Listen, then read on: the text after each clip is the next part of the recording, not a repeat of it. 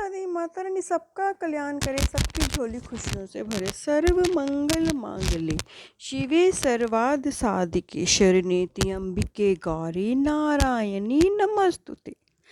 आज का मेरा टॉपिक है योग नाड़ी। योग नाड़ी में वह मार्ग है जिससे होकर शरीर की ऊर्जा प्रवाहित होती है। नाड़ियों शरीर में स्थित नाड़ी चक्रों को जोड़ती है। योग ग्रंथ 100 नाड़ियों को प्रमुख मानते हैं, परंतु इनमें से 3 एक उल्लेख बार बार मिलता है: ईड़ा, पिंगला और सुमश्ना। ये तीनों मेरुमंडल से जुड़े हैं। सुमश्ना नाड़ी से श्वास प्रवाहित को ही योग कहा जाता है। सुपश्ना नाड़ी मूलाधार से आरंभ होकर ये सिर के सर्वोच्च स्थान पर अवस्थित संस्कार तक आती है। सभी चक्र सुमश्ना से विराजमान। अधिकतर लोग ईड़ा और पिंगला में जीते और मरते हैं और मध्य स्थान सुमश्ना निष्क्रिय बना रहता है, परंतु सुमश्ना मानव शरीर विज्ञान का सबसे महत्वपूर्ण पहलू है। जब ऊर्जा सुमश्ना नाड़ी से प्रवेश करती है तभी वास्तविक यौगिक जीवन शुरू होता है। सुमश्ना नाड़ी का मार्ग समावस्था का मार्ग है, परंतु पूरा संसार ईड़ा पिंगला के मार्ग में चल रहा है। जीवन सत्य की खोज 2 मार्गों से हो सकती है। एक पिंगला का मार्ग है, एक आक्रमण का, और एक दूसरा ईड़ा का मार्ग है, समर्पण का। विज्ञान पिंगला का मार्ग है और धर्म ईड़ा का मार्ग है, नमन है। इसलिए सभी शास्त्रों परमात्मा को नमस्कार से शुरू होते हैं।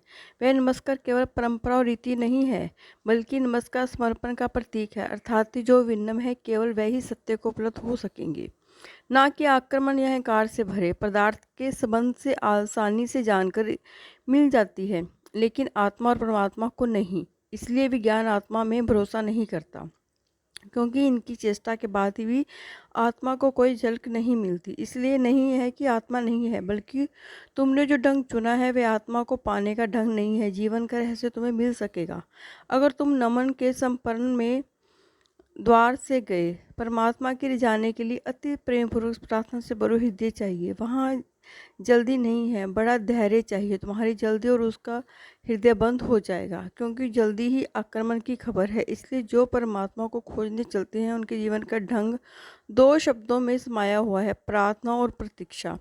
प्रार्थना पहला चरण है जिससे शास्त्र जुड़े होते हैं, और प्रतीक्षा वह पूरे होते हैं। यदि हम भी नमन से शुरू करें और भगवान शिव के सूत्र समझ में आ सकेंगे।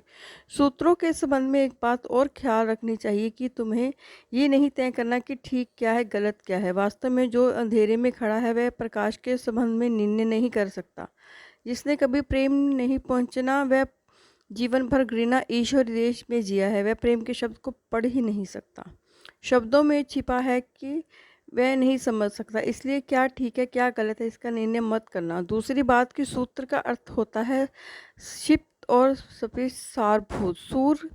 सूत्र में से एक छोटा सा बीज ऐसा होता है जिसमें सारा वृक्ष समाया होता है। बीज में तुम वृक्ष को नहीं देख सकते, क्योंकि उसके लिए बड़ी गहरी आंखें चाहिए, और वैसे पैनी आंखें तुम्हारे पास अभी नहीं है।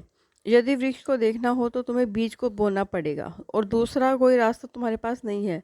और जब बीज अंकुरित होता है तभी तुम पहचान पाओगे ये सूत्र बीज है। इन्हें तुम अपने हृदय में बोना होगा। बीज कुरूप भी दिखाई दे पड़ता है और उसकी कोई कीमत भी ना हो, लेकिन फिर भी उसके जीवन में छिपा है। एक बीज और कीमती से कीमती हीरे में भी एक फ़र्क है कि तुम्हारे हीरे को बो दो तो उसमें से कुछ पैदा नहीं होगा। एक छोटा सा बीज इस सारे विश्व को पैदा कर सकता है, क्योंकि एक बीज से करोड़ों बीज पैदा होते हैं, फिर करोड़ बीज से हर बीज से करोड़ बीज पैदा होते हैं। एक छोटे से बीज से सारे विश्व का ब्रह्मांड समा सकता है। और सूत्र बीज है, उनके साथ जल्दी नहीं की जा सकती। उनको हृदय में बोओगे तभी अंकुरित होगी, और तभी तुम जान पाओगे कि भाव क्या है, समर्पण की धारा क्या है। तो ये जो ईड़ा और पिंगला नाड़ी है, ये तो हम नॉर्मल अपने जीते हैं, लेकिन सुमश्ना नाड़ी को हमें अपने जागृत जरूर करना चाहिए, क्योंकि अगर हमारी सुमश्ना नाड़ी जागृत हो गई तो हम कुछ भी पा सकते हैं, भगवान को भी हम पा सकते हैं। तो हमें कोशिश करनी चाहिए, दिन में एक बार मेडिटेशन जरूर करना चाहिए। हो सके तो जब भी आप का टाइम हो तो आपको चाहिए कि आप परमात्मा में लगे रहें, क्योंकि यही वो असली मार्ग है जहाँ पर हमें पहुँचना है। जय माता दी, माता रानी सबका कल्याण करे, सबकी झोली खुशियों से भरे।